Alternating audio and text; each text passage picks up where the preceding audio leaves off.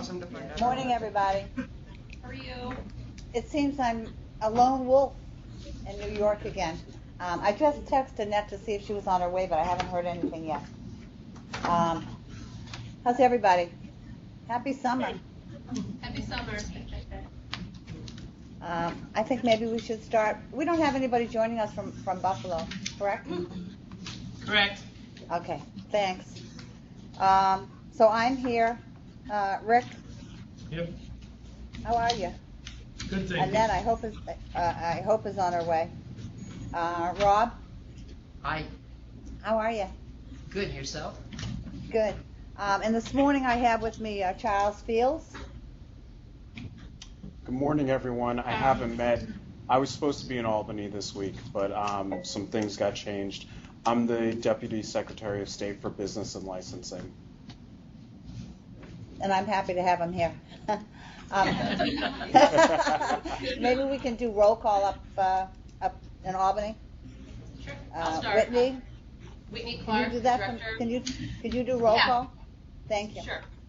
So Whitney Clark, Director, Department of State Division of Licensing Services. Amy Benzabine, Assistant Director of Licensing Services. Melanie Grossman, Consumer Protection. Jody DeLallo, Licensing. Donna Zollard, Department of State. Carol Fansler, Department of State. Thomas Reimer, BPSS. Carol Yates, SED, BPSS.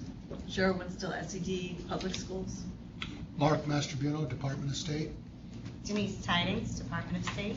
Mary Jo Moore, Department of State. Dan Shapiro, Counsel's Office, Department of State. Rick Caputo, committee member. And we have Get the roll call. yeah. We have one member of the public in the back. Or two. Hi. And that's it for Albany. Thanks. Well, obviously, so far we don't have a quorum, so I think we'll just have to maybe table some of these committee minutes. Hopefully, Mr. Lim and Annette will come, are on their way, and we can have a quorum so that we can get the minutes from 2013 and 14 and 15 approved. Obviously, we have a lot to discuss today. So,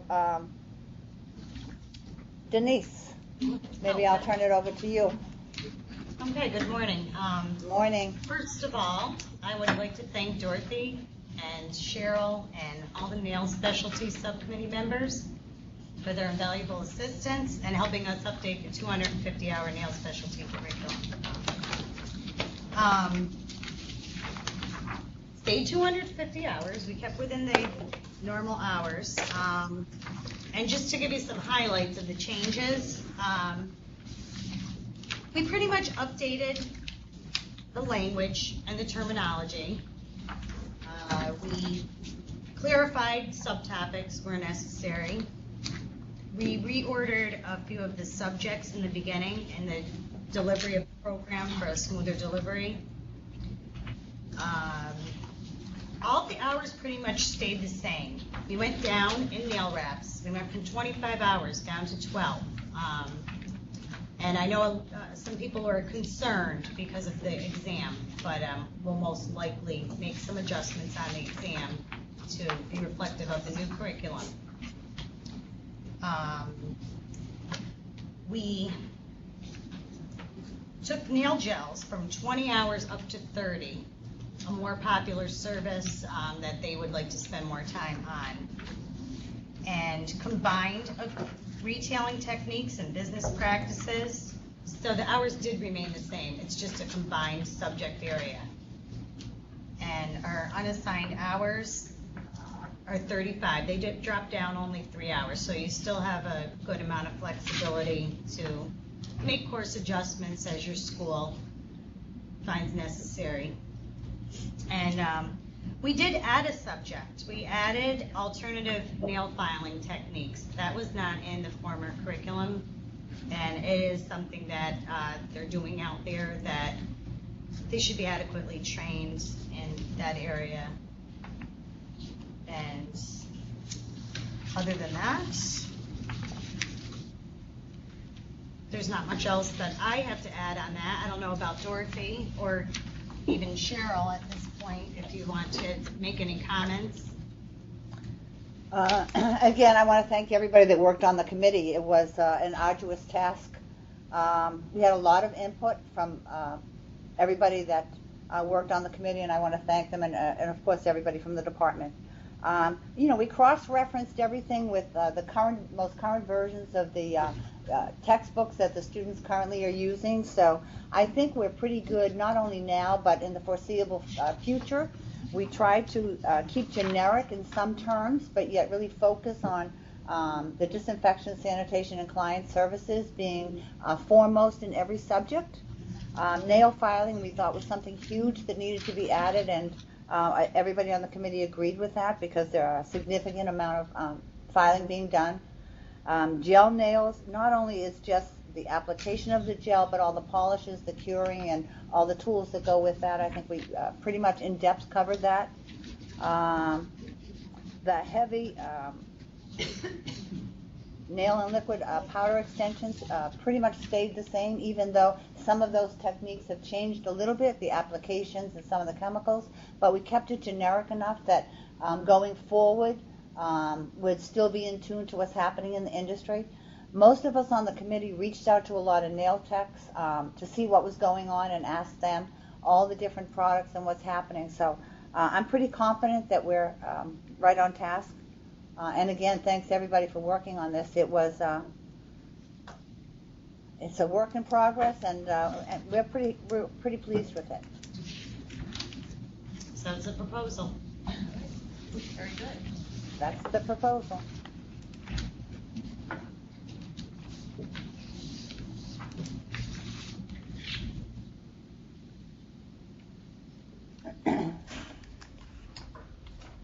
Thank you. I think new business nail regulations.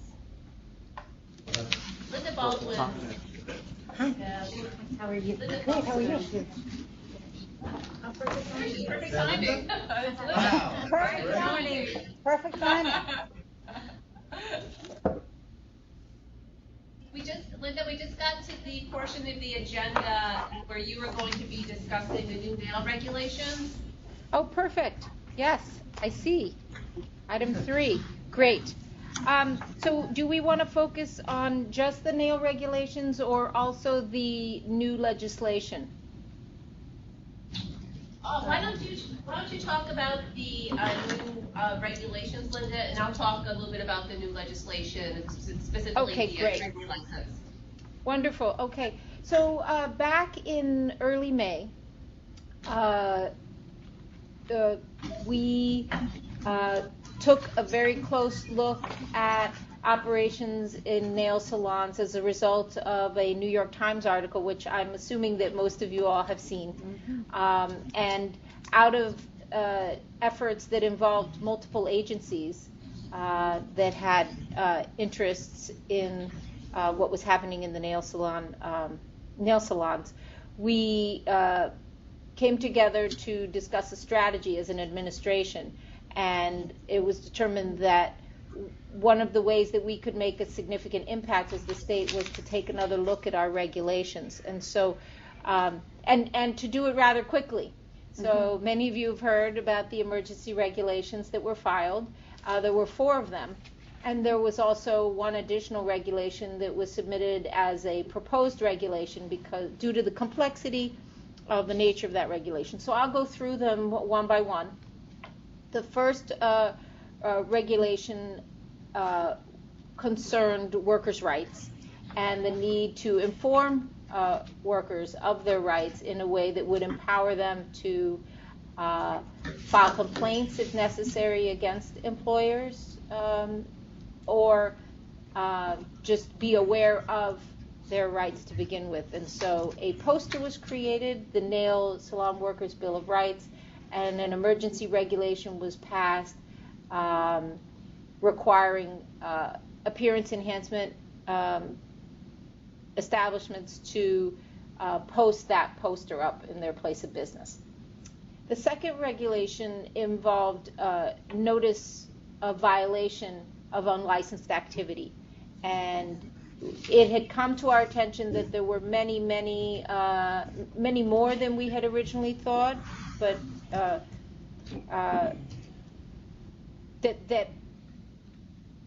the public wanted to know when they were in an establishment that was unlicensed or not as a result of that article. And so one of the ways that we determined we could do this was if in the course of an investigation we determined that the business that we were in was actually unlicensed, that we would issue a notice of violation on the spot and require the business to post that notice of violation in the window. And this is a notice of violation that's different than the many other kinds of violations that an inspector might find upon making a visit to an establishment. It's narrowly tailored towards unlicensed activity, and so that way a future customer would be able to see that notice in the window and know that they were walking into an unlicensed establishment. The third emergency regulation had to do with personal protective equipment. There exists or existed in statute and continues to exist today a requirement that an owner provide certain type of face masks and gloves. But what we did was take a closer look at that and realize that that did not really go far enough. It really didn't allow the owner to, we had not issued regulations further specifying what types of gloves, what types of masks, what the purpose of them was, and also there was no requirement that owners of the establishment have the equipment there and ready to use. It just said it had to make it available. It was very vague. And so the emergency regulations that we passed were promulgated were directed towards creating greater specificity around that requirement. And so it prescribed a particular type of mask that the OSHA had said was most effective to protect against particulate matter, and gloves, we further specified they would be of a certain variety, but that if the worker were allergic, then another type of glove could be made available. And it also specified that that material should be made available at the workstations, so that the worker would not feel like they had to get up and go request the material. If they wanted to use it, it would be right there and ready to use. And it also, our first round of emergency regulations in this personal protective equipment category required workers to wear the equipment. And after meeting with OSHA and having some discussions with them about the benefits, potential risks associated with equipment, and some details which they felt more, because of their responsibilities, more expert in, we revised that regulation to state very clearly that workers have the right to wear the equipment. So that if we find out via complaint that an owner is not allowing the worker to wear the equipment, that owner could be charged. And it just states in our regulations that workers have that right. Obviously, they do have that right if it's made available and at the stations, but having it in regulation makes it clear for all concerned. And then, and also protective eyewear. Sorry, I almost forgot that one. Is that at certain times of mixing of chemicals, large volumes of chemicals, there could be danger. Right. So the requirement that a protective eyewear also be available when those activities take place. And the regulations specified the occasions upon which this personal protective equipment would be could be helpful. And then the last emergency regulation had to deal with insurance and bonding requirements. And the regulation at the time required businesses and area renters to have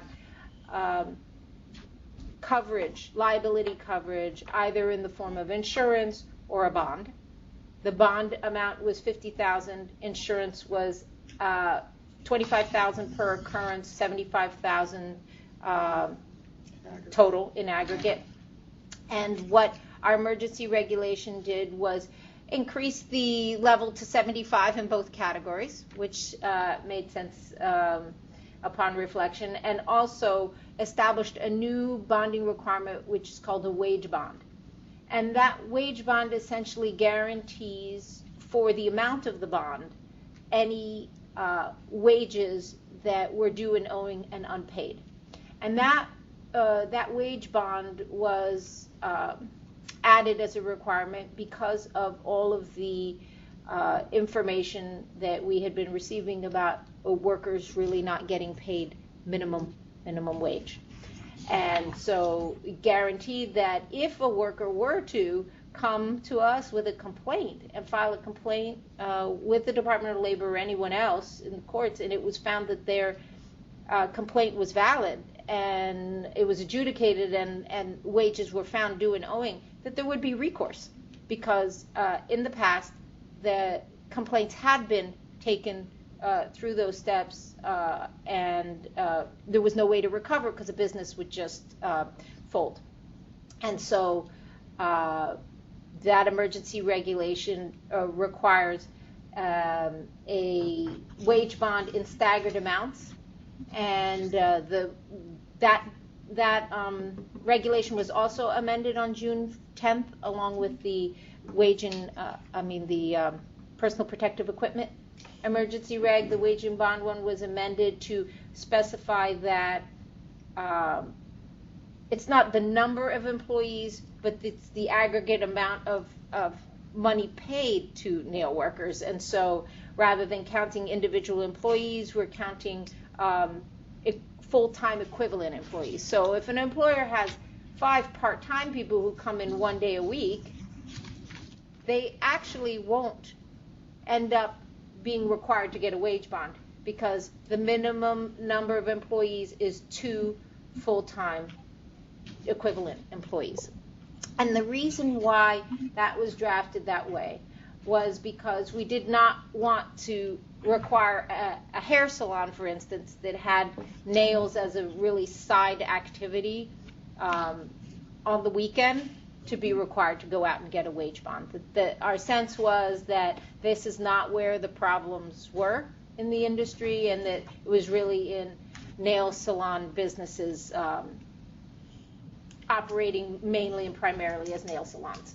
So we didn't want to unnecessarily burden the entire category of licensee, business licensee, or the industry for a problem that was, to our understanding, limited to a smaller number of businesses within that license category. So, and the last regulation is one that you may have heard of. We have proposed ventilation requirements. And the reason why these ventilation requirements need to be addressed is that, as you may know, one of the primary concerns in the industry is the volatile organic compounds, the fumes. And if there isn't appropriate ventilation in an establishment, there is really no way to deal with those fumes. And so this ventilation requirement actually would require all nail salon businesses to come up to a standard that is actually written into the 2015 building code. And it's a standard that is likely to be adopted next year as the state goes to update its building standards and codes. And we figured, why do something that in a year will be obsolete? We want to make sure that all nail salons really adhere to the latest standard that's known to be to provide adequate protection to people who work in those environments. So what we did was we drafted a regulation that referred to that standard in the 2015. It's called the International Commercial Code, the ICC, and we have since, and you will see, we're likely working a little bit with that language so that anybody who reads that regulation will know what the standard is without having to refer to the ICC. And so we're revamping that, and you'll likely see that shortly, this modified language for that code. But the standard really will be the same, which is to bring all nail salons up to that standard. And we're very interested in receiving comments during the comment period. So even though the initial comment period is closed, there will be a new comment period after we file this amended language, and we encourage you and anybody you know to take a look at that proposed regulation and provide your comments about that, the standard that we would propose would be adopted across the state. Likewise, each of these emergency regulations will be going through a period of similar notice of proposed with opportunity for public comment. And so if anybody in the industry or elsewhere has an interest in commenting on those regulations, they will have the opportunity to do so at that time as well.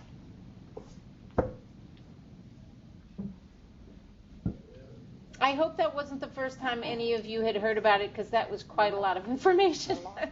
And please feel free to ask any questions now, or if you think of some later, I'm sure we can answer those as well. But really, if you have any questions now, I'd be happy to answer them. I think my question is, how is this information going to go to the salon owners? How are we getting that information out? So we have been in the process of doing that, and I probably should let Charles and Whitney talk about that as the program, administrators. So, but there's been a lot of work to apprise them because, of course, well, I've seen some of the stuff on the Facebook. It can't happen unless they hear about it. Right, exactly. Right. In many languages. Right. So one of the things that we're doing is we're working with the executive chamber to put a campaign together for outreach. To get this information out to business owners and workers on these new regulations. Included in that will be, your print, your media campaign to get this out. We're also looking at social media avenues. We're in the process now of putting together a budget to get that approved by the executive chamber, by the Secretary of State, and my boss here. So right now we have a plan together. It's just now funding it is the question. Always. I know that there's been some meetings in New York. I've attended a couple. Mm-hmm. I know that there's been some outreach to the minority community. Mm-hmm. And I think my concern is if the regulation is such now, those that have attended those initial meetings, and then there should be some adjustments or changes to make sure that they're aware that those changes are updated so that they have them. So we have had a number of outreach. Yes. I think it was last week.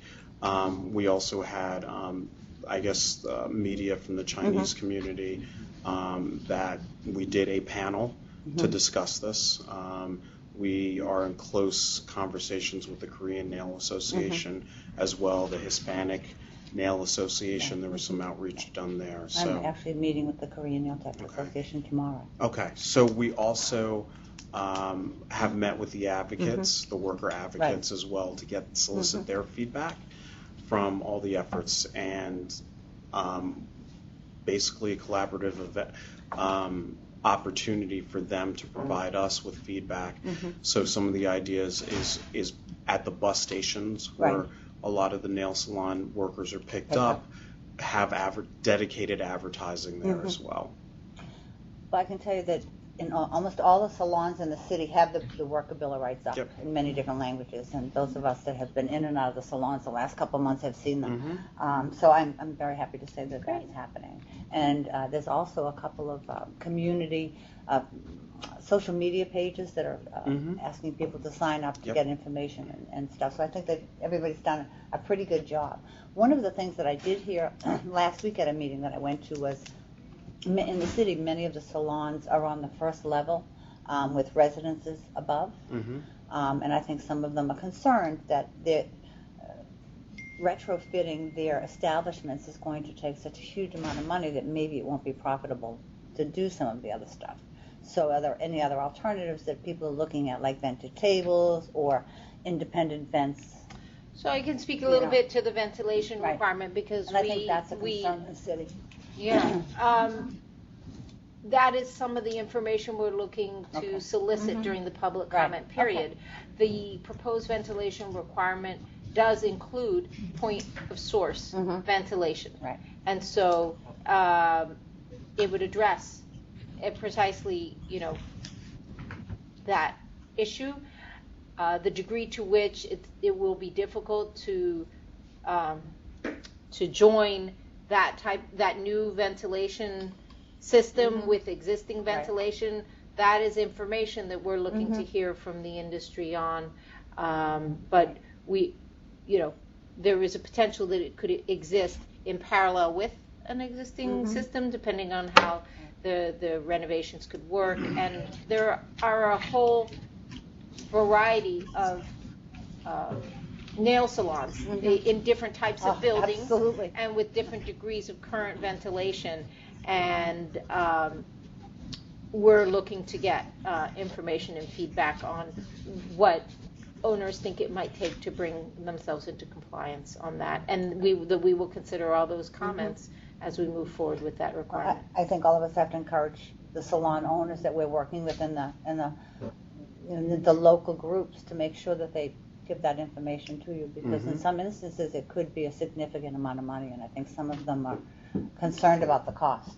Right. In the city, there's a lot of nail salons that are on first levels, and then they're in residential apartments and stuff above them. So many of the people that have been reaching out are concerned about what the cost is going to be for them, and will they in fact be able to adapt their ventilation system. Yeah.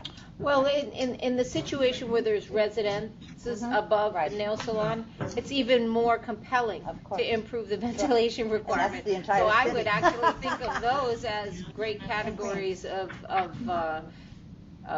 nail salons that really should be trying to reduce the fumes. And so we have done our preliminary investigation. We have looked at, there are other states that require,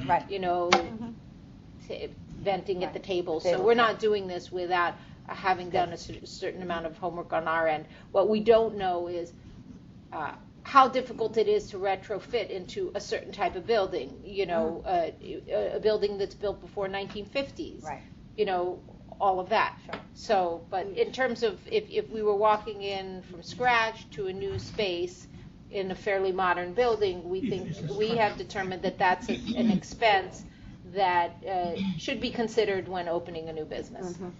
I just wanted to let you know, I got a text from Annette. The air conditioner in her apartment is leaking in the condo downstairs, and unfortunately she's going to try and make it later.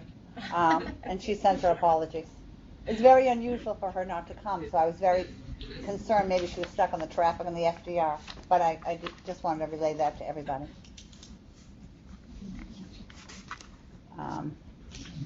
Well, I know it's going to be a huge task, and we're looking forward to, hopefully improving the condition for the workers that are inhaling all of these fumes. Absolutely. I would also like to say that when we talked about the nail specialty curriculum, we took into consideration a lot of the protective gear, so that hopefully going forward, people that are becoming licensed through the schools that are teaching the nail specialty will be aware of what the requirements are. So we spent a lot of time on that. Hey, how are you? Proceed. Everybody's coming in at perfect timing. So I think maybe we can jump into, Whitney, if you don't mind, into the nail specialty, the trainee license. So on last Thursday, Governor Cuomo signed legislation that creates a new license category for Appearance Enhancement. It's a licensed nail trainee. A nail trainee is an entry-level position to the field. They'll have to work for at least 1 year under the supervision of a licensed nail specialist. but they'll be considered employees of the licensed appearance enhancement business. So the business is going to be responsible for ensuring that they're being properly supervised and that they're being paid at least minimum wage. After 1 year, the nail trainee is entitled to a 1-year extension as of right. They could also show completion of a 26-hour course of education that's going to be provided by the Education Department approved schools. And they'll also have to show that they have passed both the licensed nail specialist practical and written examinations. So have we received any applications yet? No. We haven't. So at least for the trainee license, there's no application fee. They can simply submit the application with the name of the licensed nail specialist who's going to be supervising them and the business where they're going to be employed. At the time that they upgrade their license to the full licensed nail specialist, they are going to have to pay the application fee and the regular examination fees. So I know that Denise and the subcommittee has been working very hard on the 26-hour curriculum. And I want to thank her and the subcommittee members for putting this together so quickly for us. It really was kind of short notice to get it together for today's meeting. The hope is that it will be offered as soon as possible. The nail trainee can take the course at any time during their traineeship. They don't necessarily have to wait until the end. But certainly we'd like it available at least by January, so that those who are coming into the field right now will be able to have the course available to them at the time that they're eligible to upgrade their license. Does anyone have any questions?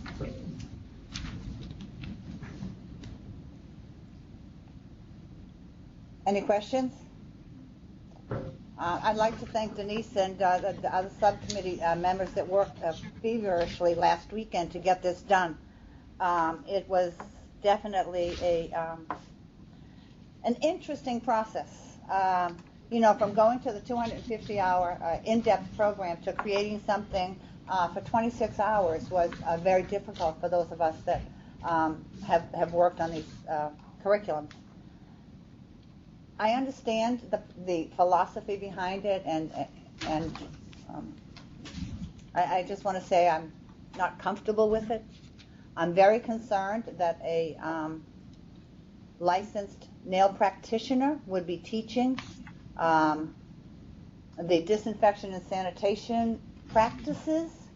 I'm not sure if there's any requirement for somebody to be approved as an apprenticeship, a place of business.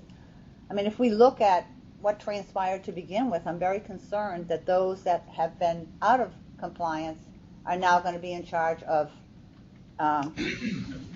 training people who've been working illegally or without the proper training. That being said, I'm also very concerned about how the program is going to be offered. I do believe that some of it may be taught online.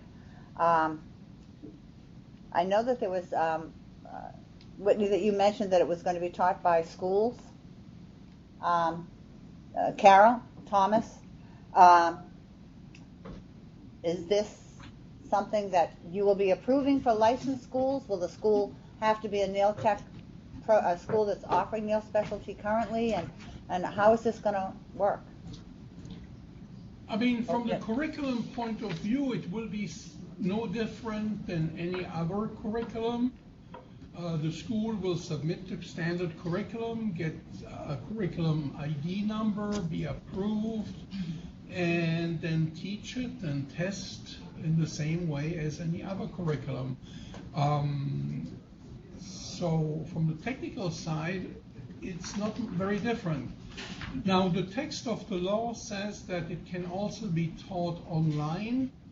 There, obviously, the school submitting an online curriculum would have to demonstrate that the goals of that 26-hour curriculum, especially sanitation, can be achieved that way. So I have some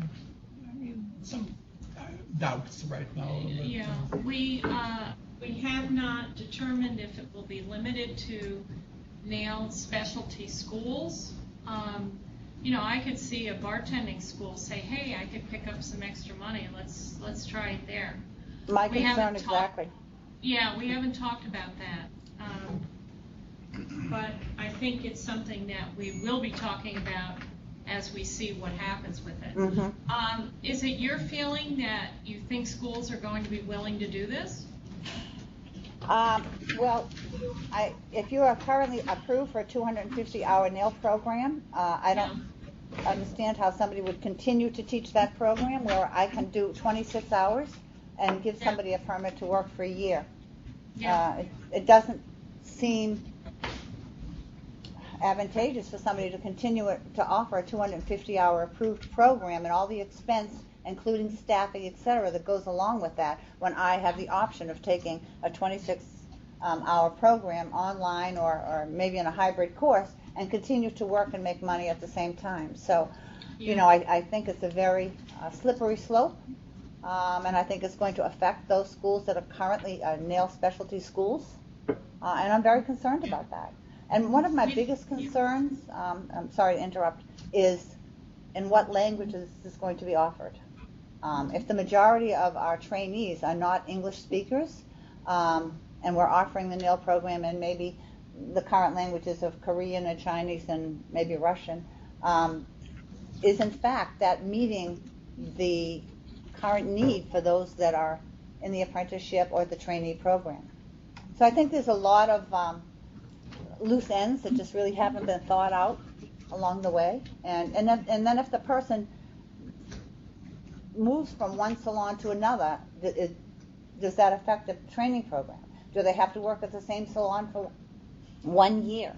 If they fail the test, do they get an extension? Does that mean that they work 2 years and have to take the test over? Or We have what thought happens? through some of those details. If you'd like, I can share those, because when the legislation was being drafted and negotiated, some of these questions came up, and they're all very good questions. To the question of what happens if they take the exam and don't pass, the legislation says that they can renew for an additional year and any years thereafter with approval from the secretary. So if it turns out that a nail trainee needs to take the class again or is missing some information in order to take the exam, and I should stress that they will have to take the same exam that people who take the 250-hour course will be taking. The same exam to get the nail technician license. Both written and practical. Written and practical, right. So the idea behind the 26 hours, which you know and hopefully others know as well, is that when looking at the curriculum, we determined that there were a certain amount of classroom hours, material that gets taught in the classroom, and material that gets taught in a practical setting. And so that is where the line was drawn, because of course material that needs to be taught in a classroom should get taught in a classroom, and it's important information, and we did not want, for obvious health and safety reasons, individuals getting licensed without the proper training. We also recognized that these same individuals, we don't want to set them up to fail the exam either. So the idea was that by being supervised for a year by somebody who's previously taken the exam and passed it. Yeah, when though? Right. Well,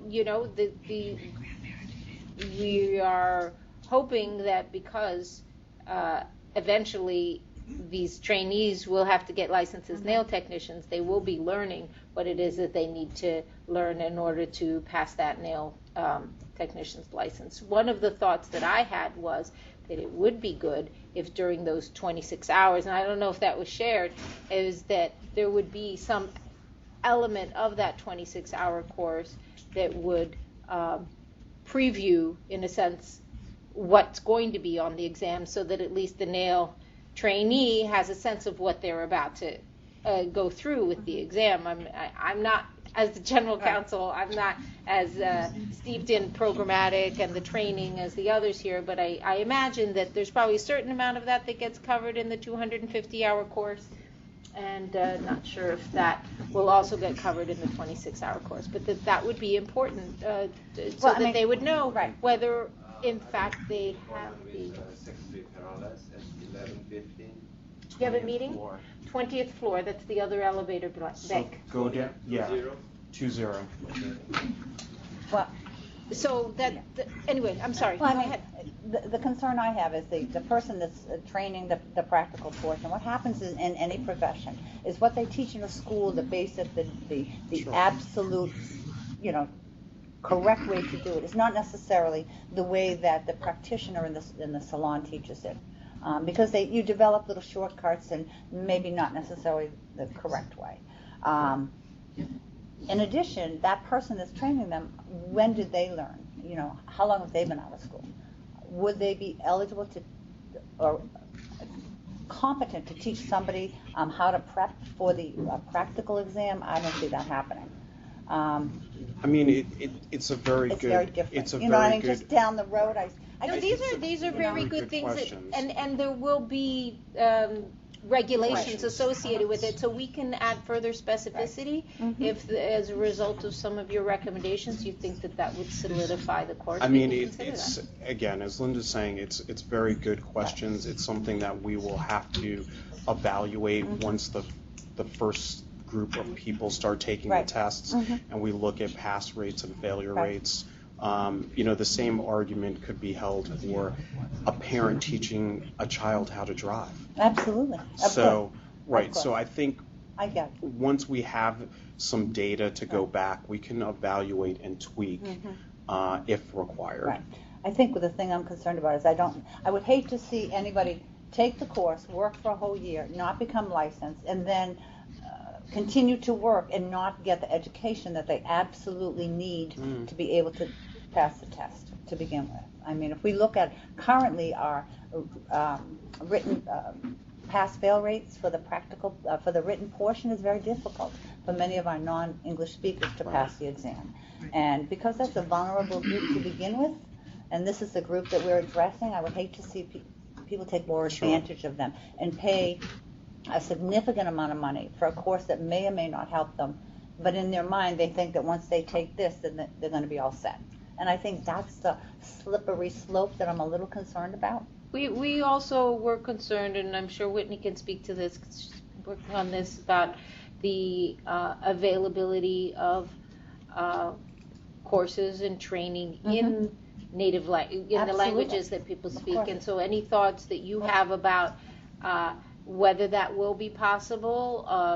Of course, I'm sure in a business environment, market-driven environment, it depends about numbers. Correct. But Of course. if what we're hearing is true, that there are large numbers of workers that will want to sign up as trainees, course. who Because are they'll be more working comfortable legally. learning in another language, then I would be very interested in seeing, and I think we all would, classes offered in certain languages for these individuals. Carol and Thomas can address that. There are courses taught in Chinese and Korean, and Carol and Thomas, maybe you could tell us what other languages the exams are.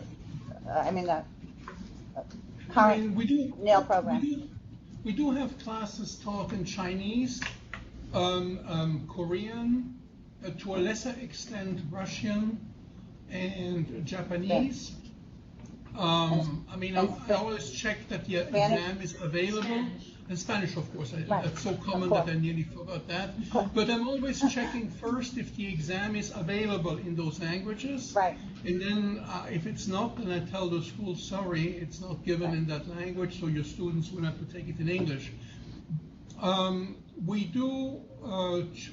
We normally first approve the English version of the curriculum, then the school makes a translation. That's why I really hope that as far as the 26-hour one is concerned, also the 250-hour one in Tibetan, that you do the translation, since you will also do the test anyway.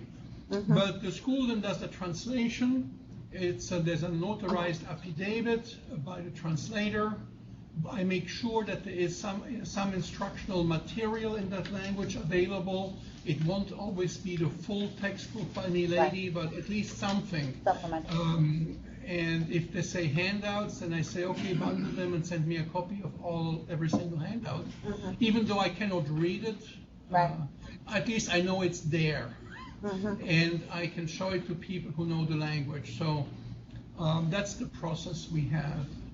So it won't be different for the new languages. I mean, we have nothing in Tibetan so far. That would be interesting. Can I just comment? Carol and Thomas do the proprietary schools, I do the public schools, and when any of us get an application for a new school to run a new curriculum, we require the curriculum to be sent to us as well as the qualifications of the instructors. And then if the school they're issued the curriculum code, once we approve it, the Department of State issues the curriculum code. That curriculum code is directly linked with the examinees. So if a school has too many failing students, then we'd go in and either close the school or cite the school or whatever. So my concern with this whole thing is with 26 hours, there's no way that they're going to pass the written exam. There's just not enough information given in only 26 hours worth of curriculum. I don't know if you looked at the written exam before this was proposed. So you're going to have a lot of schools who are not going to be able to run. They may run 6 months, but if all of their students fail, you're not going to be able to keep extending them. Education departments are just not going to allow that to, inefficiently take people's money to let this run through. Right. Just putting it out there.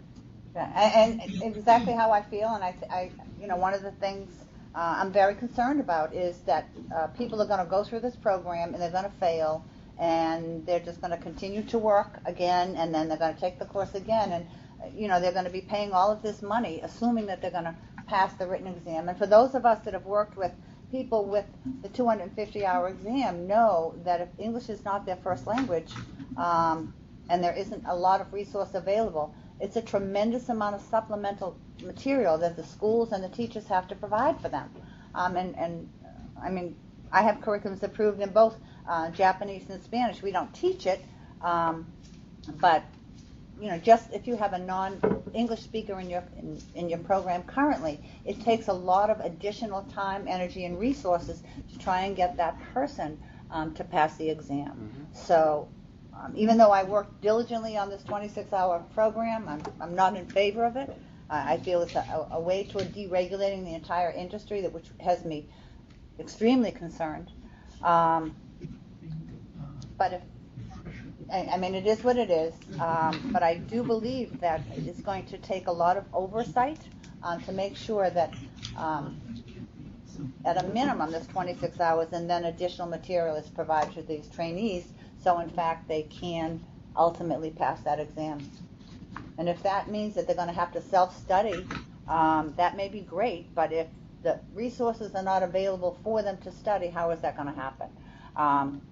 When we talked about, or I saw in the regulation that it could be taught in an electronic system or in an electronic format or an online program, I'm not even sure that many of our trainees have access.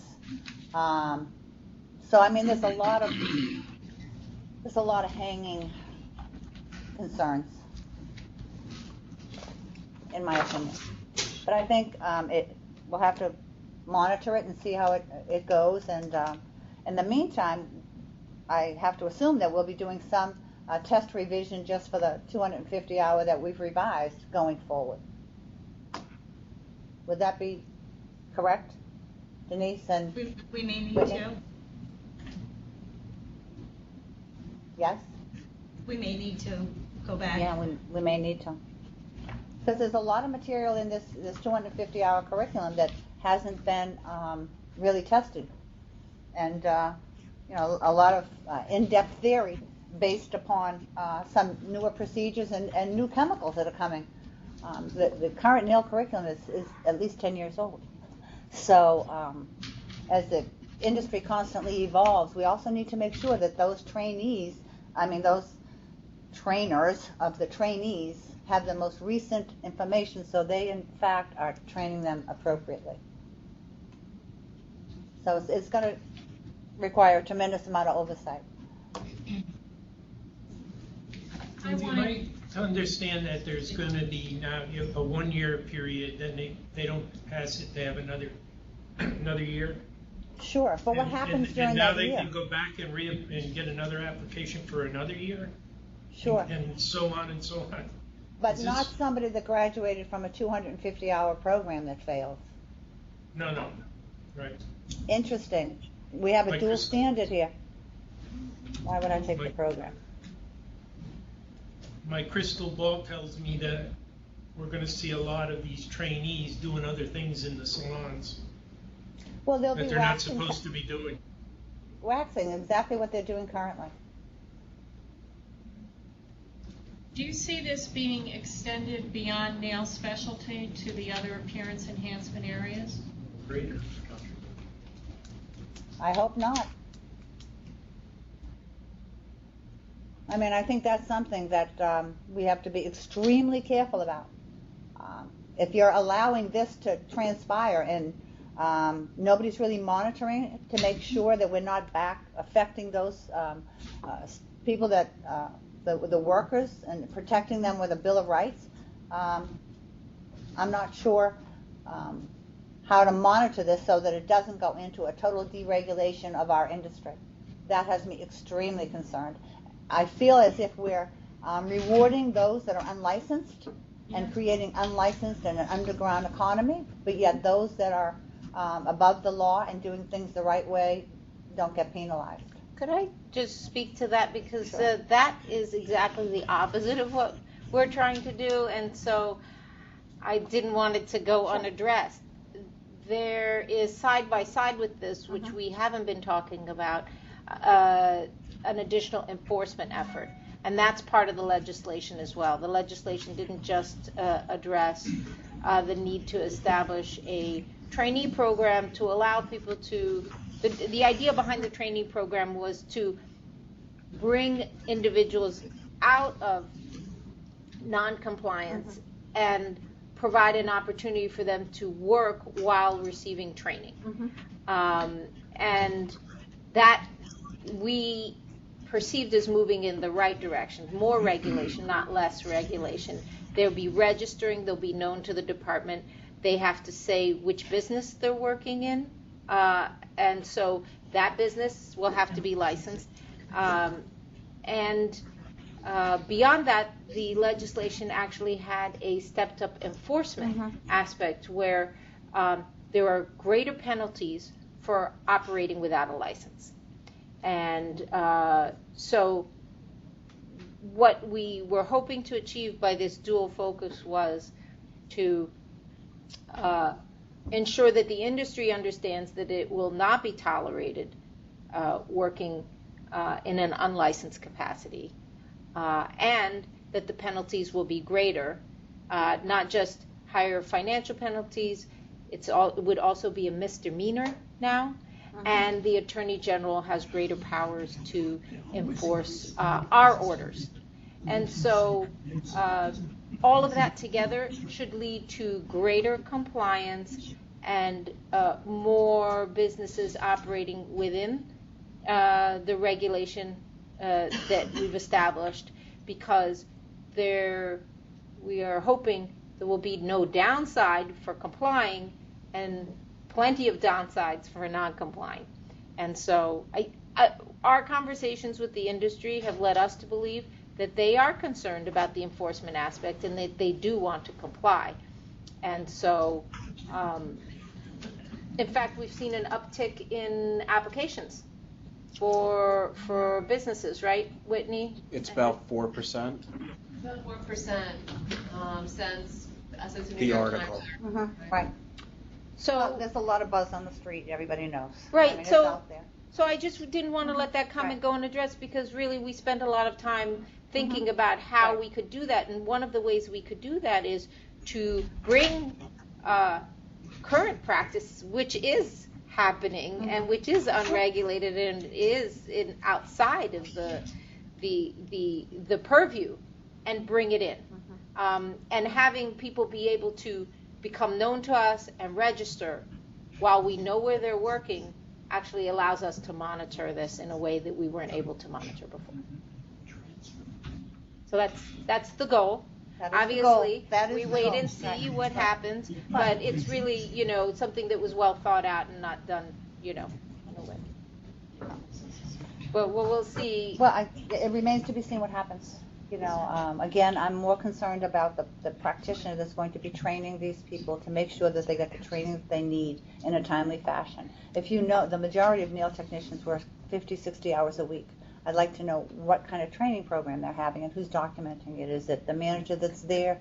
Is it going to be one person? I mean, a year's a long time with a large turnover in a salon. So, I had a question, and I'm sorry, I don't want to take up the agenda, but one of the thoughts, going back to what I was thinking about prepping for the test, is that something that could be offered in addition to the regular 26-hour by schools for those who would want to sign up for it, if there's perceived that there's a need.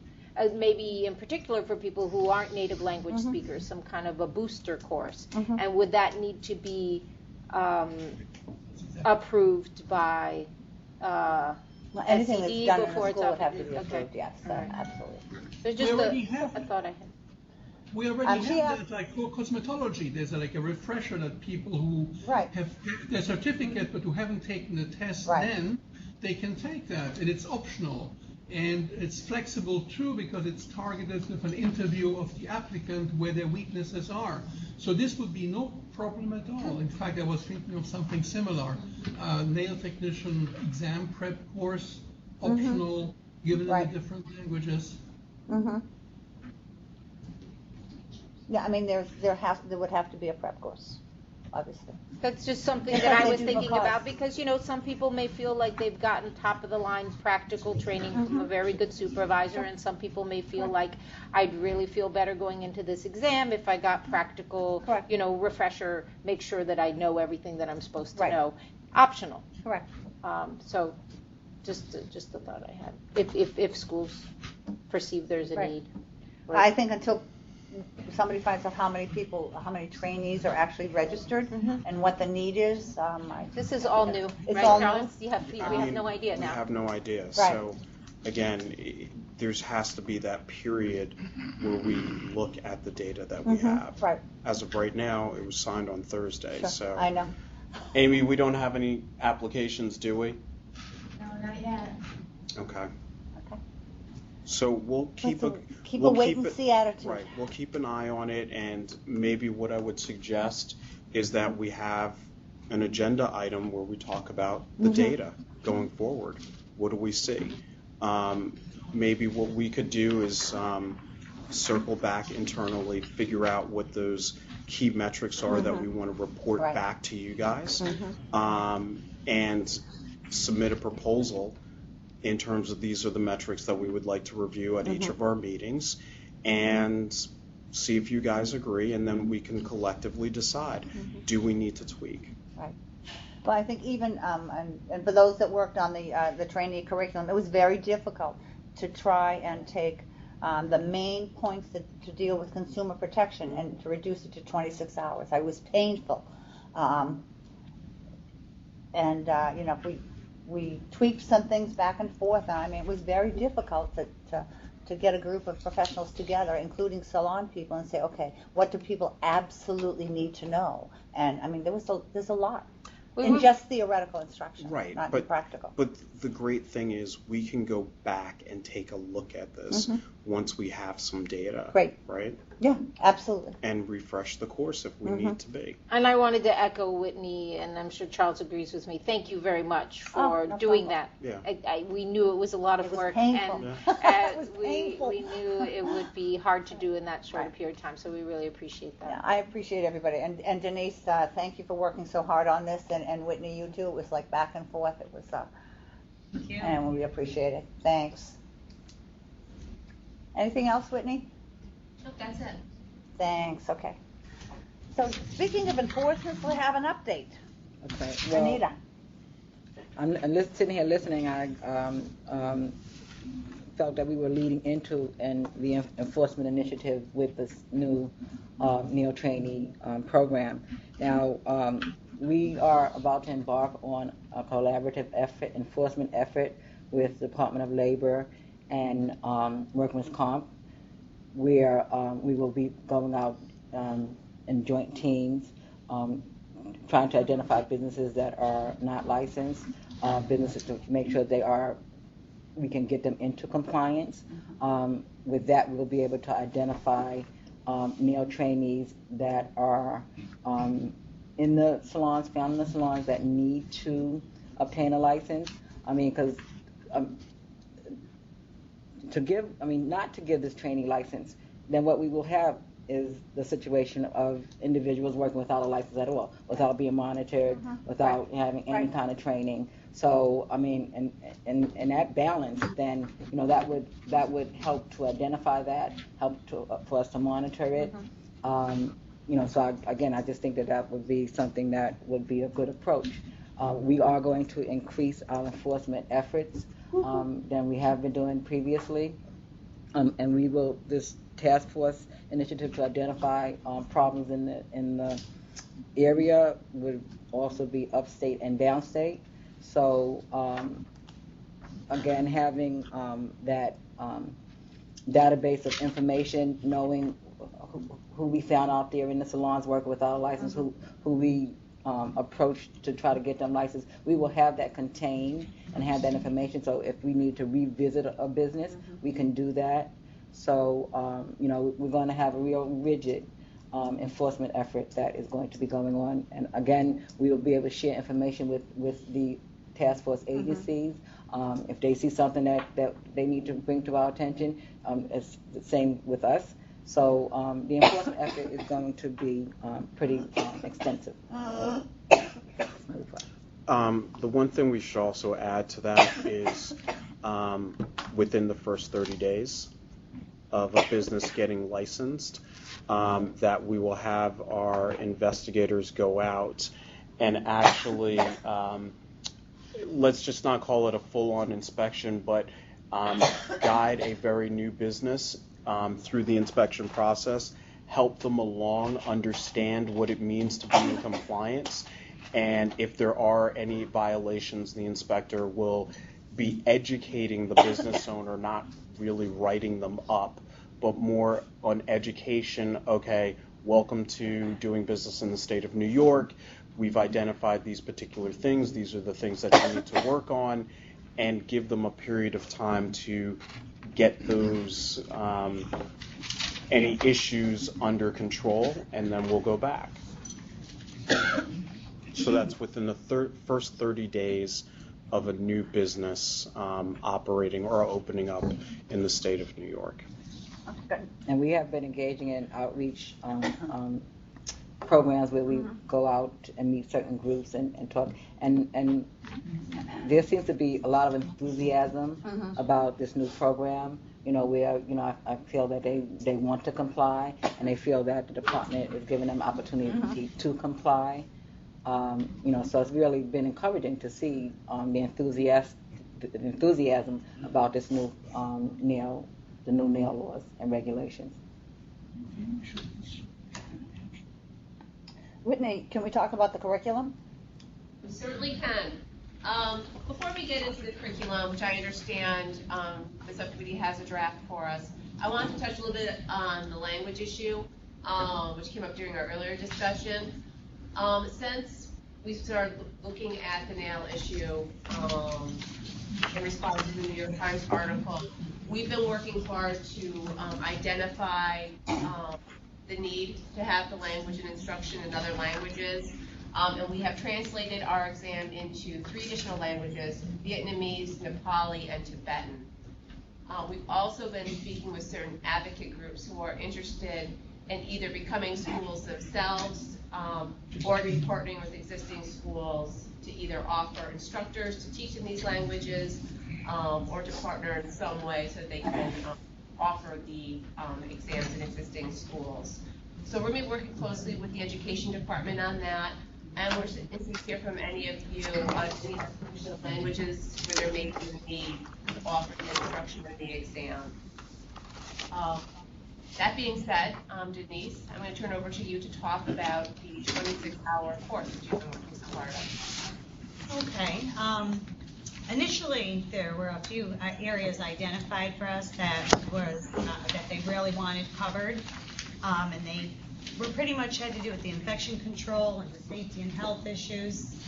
We did add in a couple other areas that were important. The course overview and content is basically the introduction to our rules and regulations, which we felt provides a foundation for them to go on and understand, what is required of a nail specialist in New York State.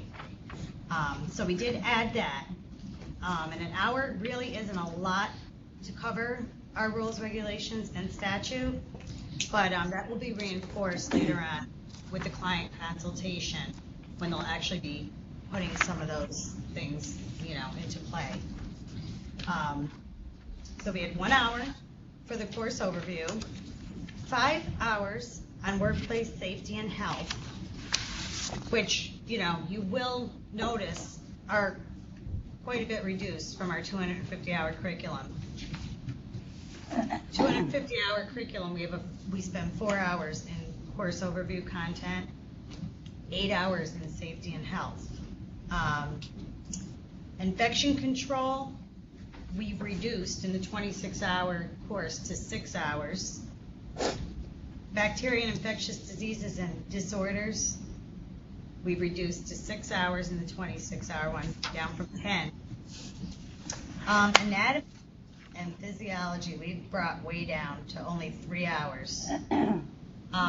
There was a lot of discussion about that area and actually how important that was in the big scheme of having to stick with those 26 hours. It was much more important that they had the infection control and the safety issues out there. If this is the only point that they'll really get formal instruction, theoretical instruction on that. And then, as I said, the client consultation and service protocols, that was recommended that we include that because, and Dorothy may be able to expand upon that. We had a discussion about the importance of that area and how that would give them an opportunity to see how these regulations relate to the services they provide and to keeping their customers safe. That's pretty much how we arrived at our 26 hours. I don't know if you want to talk a little bit more about how you envision the delivery of that, Dorothy, with the client consultation. I do want to say that part of it, we looked at what's currently available via the internet or some independent learning, including infection and control and hazmat. There's a lot of information available to people online. And one of the things that we looked at is maybe doing some hyperlinks and making that electronic where people could actually go on, take an assessment, and then reinforce it. Same thing with infection control. With the anatomy in particular, we felt that would require a lot of handouts, information, because it's really kind of an abstract thing unless you're actually doing it. That's why we wanted to focus so much on the client consultation, because that would be kind of like the case study where somebody would determine that somebody's competent in actually applying the stuff that they've learned. Because as we go through this, there has to be some way for the practitioner in the salon environment to actually determine that the person is competent and understands the material, as opposed to getting them to go back and restudy, I guess. And a needs assessment we felt with clients was extremely important because we wanted the person to be able to communicate some of the things that they're doing and why they're doing it, and explaining it to the person that's doing the training. So that was kind of where we came up with some of that. Now, Dorothy, I had a question for you, and that's why I was looking back in the book here earlier. Do you know if a lot of the theory books that are out for nail specialty, if they're available in additional languages or other online material? There is in Korean, Chinese, and Vietnamese. Right, there is a Russian. In the beginning, and there were a couple different translations they said that were available, but right. You had mentioned earlier that they may have to take it upon themselves to do some, a lot of their own studying, right, to supplement this material. Right. And will it be out there and available, or is it something that we may have to try to ask, if people can make it available. I think we're going to have to try and get some people to make it available. There are schools that teach in different languages that have some supplemental material that they may have created themselves. I know in the city currently there's a huge community of nail techs from Nepal. I would say hundreds on the east side that have created some material, and they're prepping and studying. That's probably the only one that I'm familiar with, that they've created their own. But I know some of our publishers have created some supplemental material, not necessarily translated the entire textbook, but created some supplemental material. Yeah, I saw there was an exam review available in the language. Something like that might even be Right. Advantageous.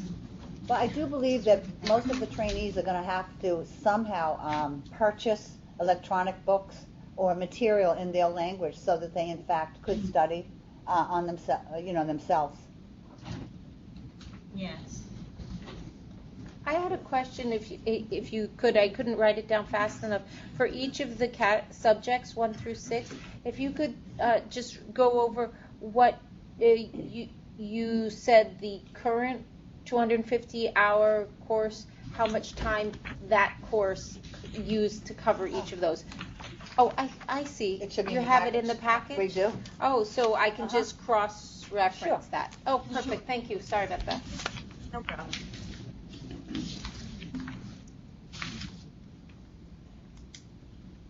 Thank you, Denise. Did the subcommittee finish their review? They did. Okay. I think these are our final proposals. So. That's the final answer. Final answer. All right, well, thank you again. We really appreciate all of your hard work. We're going to be providing this curriculum to the education department. We're also going to be providing translations into the languages that the exam is currently offered in to help expedite their review.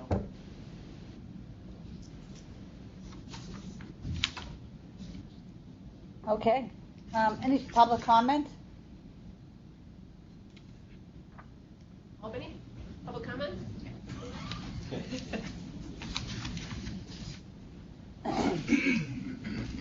None worth sharing at this moment. Thank you, Anthony. Whitney, could you bring us up to date on some of the current pending stuff, the aesthetics curriculum, and maybe the early testing, and some additional Sure. agenda items that continue to be hanging out there? The aesthetics curriculum and the waxing regulations, as we commonly refer to as the no double dipping regulation, are currently being reviewed. I know that Dave Mossberg, our program counsel, has been in active discussions with the regulatory review units to try to expedite the review to get that moving. We have been holding off on looking at the early testing due to modifications in the system, since we need to go into the system again to make changes to create this trainee license. We're going to be looking at possibly moving that aspect up as well. In addition, I know that we had talked about doing pedicure regulations.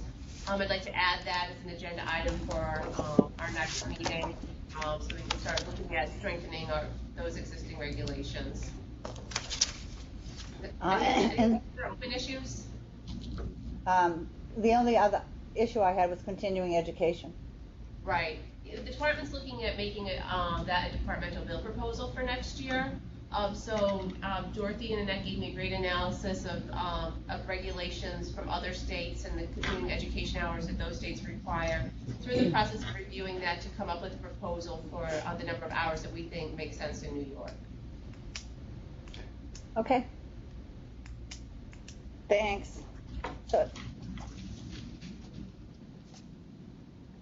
So we'll be following up on the aesthetics, the waxing, earlier testing initiatives, the pedicure regulations. I think we sent you some of that material, the subcommittee, if I'm not mistaken, to look at, correct? You did. Yeah, so we'll add that as an agenda item for our next meeting, in addition to the continuing education.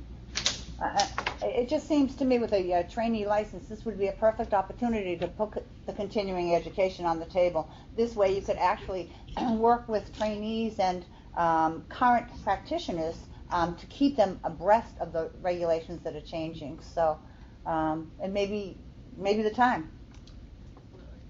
I just wanted to say, I'm sorry that I have to step out, but I really appreciate the opportunity to Thank you. speak It's a with pleasure. you all. Thank you. And we're also very interested in, of course, the continuing education. Absolutely. In light of some of In the light things of that this, you've it's talked perfect. about, Yes. is that some of these individuals who will be supervising have not taken the Correct. test in quite some time. And It's so better. that's a way of ensuring that Right. everybody in the profession is up to Consistency. date. Yeah. So, Yeah, thank it's you. it's the consistency in the training program I'm most concerned about. If you're lucky enough to get a great trainer, you'll be fine. If not, you're kind of on your own. And we've seen that happen in many states that have apprenticeship and trainee programs. Great. Thanks. Thank Okay. you very much. Thanks again. Any other comments or items that people want to discuss? No, I guess not, huh? Okay. Maybe we'll have a Cheryl motion had to just adjourn. mentioned She was wondering about the assistant, the shampooing assistant. I'll make a anything on motion that? to adjourn. Okay. Next meeting, that was Rob. The next meeting. Yep, Rob, it's always great to see you. Thanks. Okay. Keep us abreast of the changes, guys. We'll be monitoring this. Thank you.